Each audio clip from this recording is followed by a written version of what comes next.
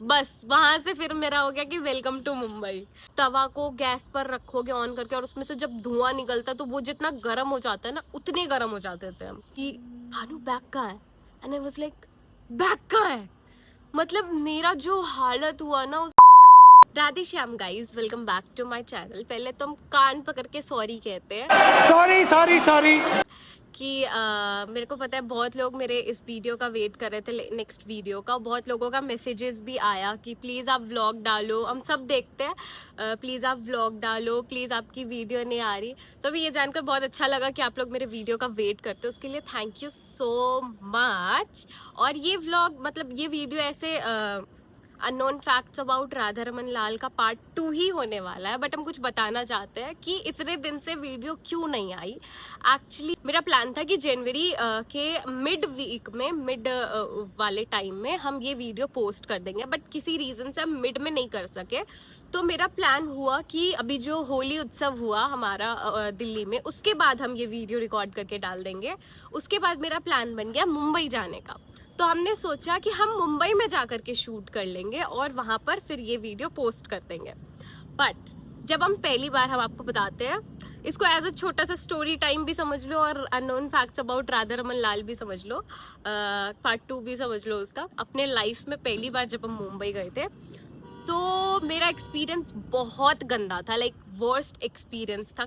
तो इस बार जब हम मुंबई जा रहे थे तो हम सोचे कि यार, मेरे दिमाग में वो सब चीज़ थी कि पता नहीं क्या होगा। तो हम मैनिफेस्ट कर रहे थे कि प्लीज़ राधा रमन जी सब अच्छा हो, सब अच्छा होगा, सब अच्छा होगा, ऐसे हम मैनिफेस्ट करके गए। तो जब हम जिस दिन मुंबई पहुंचे उसके नेक्स्ट डे एकादशी थी, तो हम रात में 11 बजे मुंबई पहुंचे, चेक इन करा अपने होटल में, और उसके बाद नेक्स्ट डे हम उठे। तो हमने सोचा कि आज वाली एकादशी का हम व्रत रखते। एक्चुअली हम बहुत टाइम से एकादशी का व्रत नहीं रखते थे because of my health issue. और उसके बाद हमने लास्ट एकादशी रखी थी निर्जला एकादशी, और उसके बाद अभी हमने जो एकादशी जनवरी में थी वो रखा। तो हम मस्त एकादशी रखे और उसके बाद मस्त प्रसाद पाया, सुबह उठ के कथा करी, सब कुछ माला वाला सब सब एकदम परफेक्ट जा रहा था डे। कथा श्रवण करी, बहुत सुंदर कथा लगी।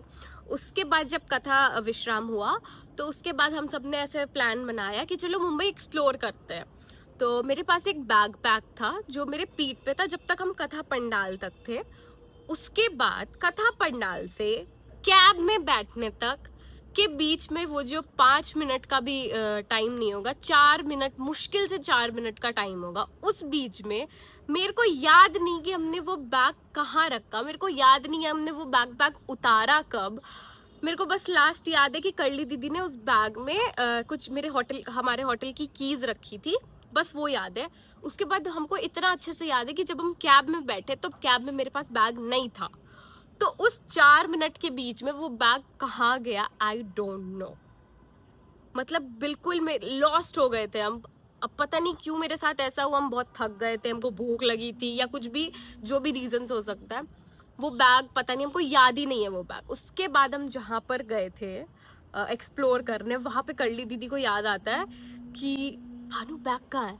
And I was like bag कहाँ है। मतलब मेरा जो हालत हुआ ना, उसमें हम लोग का बहुत सारा सामान था, कोलैबोरेशंस का सामान था और बहुत सारे प्रोडक्ट्स थे हमारे, सब चला गया। उसके बाद हम वापस उस जगह से जहाँ पे हम गए थे वहाँ से हम कथा पंडाल भागे, वहाँ पर पूरा चेक किया, सब कुछ देखा, वहाँ पे कार्यालय में कंप्लेन किया। बिल्कुल मतलब वो तो एकदम ऐसे हो गया था यार, कहाँ रख दिया बैग। और वो बैग बहुत इम्पोर्टेंट था क्योंकि वो गिफ्ट किया हुआ बैग था। तो बिल्कुल ऐसे इतना बुरा लग रहा था लिटरली। हाँ, बस वहां से फिर मेरा हो गया कि वेलकम टू मुंबई। मतलब मेरे को सारे फिर सब कुछ याद आ रहा था कि पिछली बार मुंबई में क्या क्या हुआ था, अभी हम मुंबई आए हैं तो आधा दिन भी नहीं हुआ है और ये हो गया। उसके बाद फिर एक तो एकादशी का व्रत था, तो ऐसे ही मेरी हालत खराब हो ही रही थी। तो उसके बाद रात में कुछ नहीं, कथा पंडाल से वापस अपने रूम में गए और हम सो गए। उसके बाद 4 बजे मेरी आंख खुलती है सुबह, और हम लिटरली फीवर से ऐसे तप रहे थे। लाइक मतलब हमको ना दुनिया में किसी भी चीज़ से डर नहीं लगता, हमको सबसे ज़्यादा डर लगता है फीवर से। ओ भाई, मेरे को मेरी मम्मी चाहिए होती है फीवर में। मतलब मेरी मम्मी अगर मेरे पास है, अगर हमको फीवर है और मेरी मम्मी मेरे पास है तो हम बहुत काम रहेंगे। मेरा तो हालत खराब हो गया। 4 बजे उठ के करली दीदी सो रही है और एक और दीदी थी हमारे साथ, वो सो रही थी।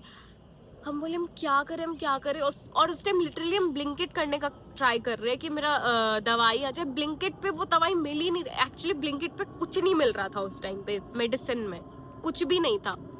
मेरा दिमाग खराब हो गया, हम क्या करें क्या करें। मतलब जब मेरा फीवर होता है तो हम बिल्कुल ऐसे अधमरे से हो जाते हैं, बिल्कुल मर जाते हैं। और ऊपर से मेरा बॉडी पेन हो रहा था। और मुंबई में जो इतनी गर्मी थी, लिटरली मेरे को ठंड लग रहा था। जो हम स्वेटर पहन के दिल्ली से आए थे मुंबई, वो स्वेटर हमने पहना। उसके बाद हमने नहीं, उस टाइम एक ही ब्लैंकेट है, उसके बाद हमने ब्लैंकेट पहना, तब भी मेरे को ठंड लग रही थी, इतना फीवर हो गया था हमको।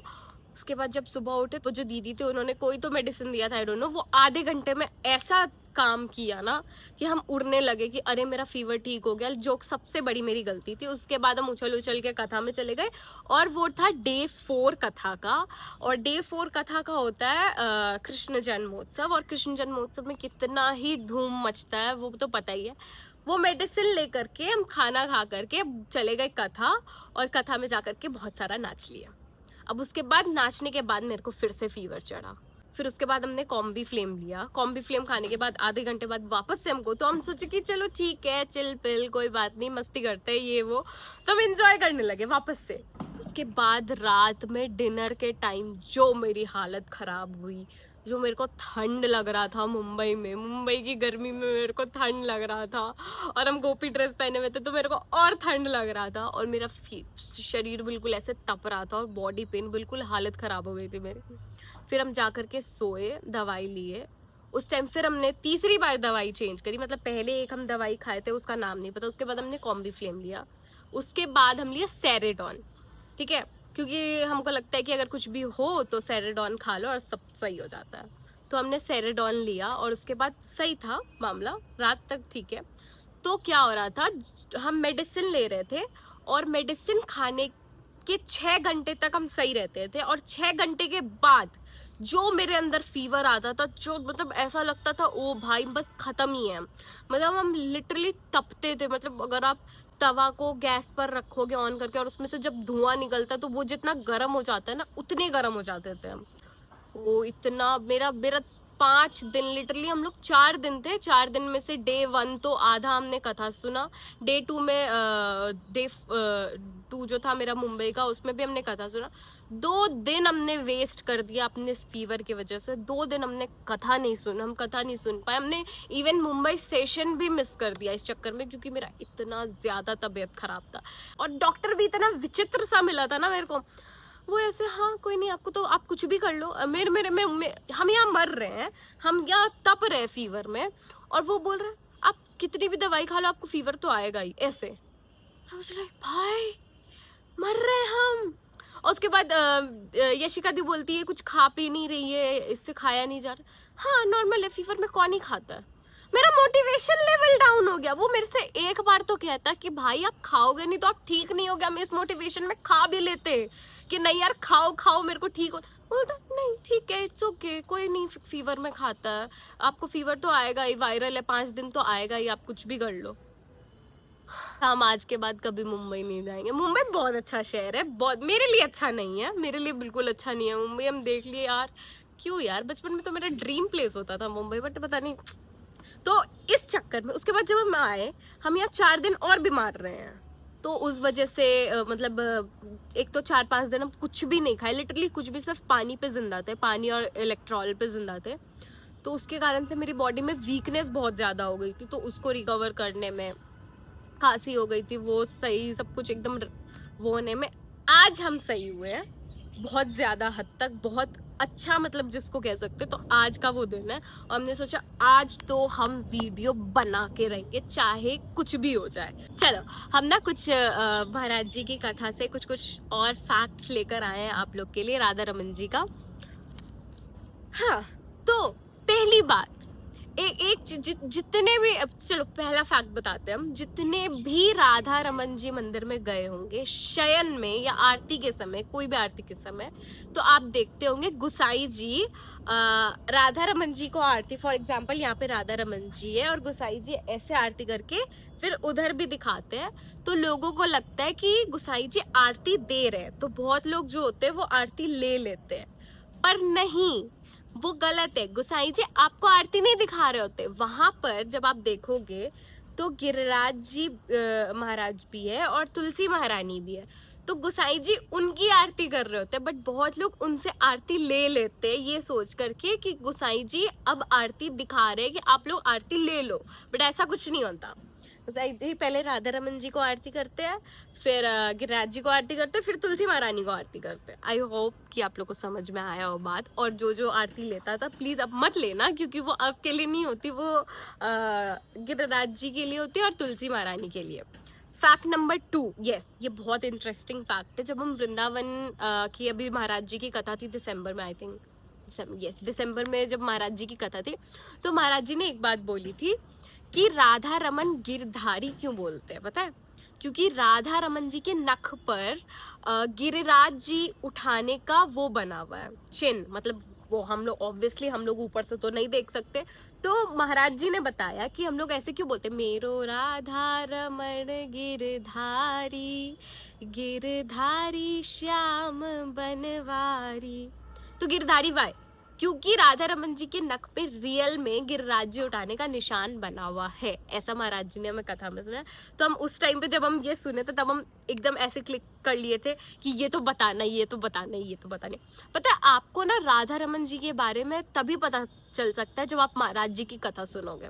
जब आप महाराज जी की कथा सुनोगे ना, तो आपको इतने छोटे छोटे फैक्ट समझ में बताएंगे, अननोन, वो भी मतलब आप सुनकर के ऐसे लोगों कि व्हाट, क्या ऐसा भी होता है। अब फॉर एग्जाम्पल महाराज जी ने उसी कथा में बताई कि राधा रमन जी जो लकुटी धारण करते हैं उसमें 40 धारियां होती है। किसी ने काउंट नहीं किया था, किसी को नहीं पता था, जब कथा श्रवण करी तब पता चला। तो इसलिए कथा श्रवण करना शुरू कर दो महाराज जी की, तो आपको पता चलेगा राधा रमन जी के बारे में बहुत ज्यादा। ओके, फैक्ट नंबर 3, हाँ ये फैक्ट, जब राधा रमन जी सिर पेच या कुछ भी मुकुट वगैरह धारण करते हैं, तो जिस दिन राधा रमन जी का मुकुट राधा रमन जी के लेफ्ट साइड झुका हुआ होगा, उस दिन समझना कि प्रिया जी माननीय नहीं है, उस दिन प्रिया जी गुस्सा नहीं है राधा रमन जी से। लेकिन जिस दिन राधा रमन जी का सिर पेच राइट साइड है, उस दिन राधा रमन जी को विशेष श्रृंगार करना पड़ता है, क्योंकि हमारी प्रिया जी उनसे मान करके बैठी हुई है। तो ये भी याद रखना, तो आप लोग जब भी दर्शन करो तो देखना लेफ्ट साइड है या राइट साइड है, और उससे प्रिया जी का मूड समझ लेना आप कि आज प्रिया जी गुस्सा है या फिर आज राधा रमन जी बच चुके हैं।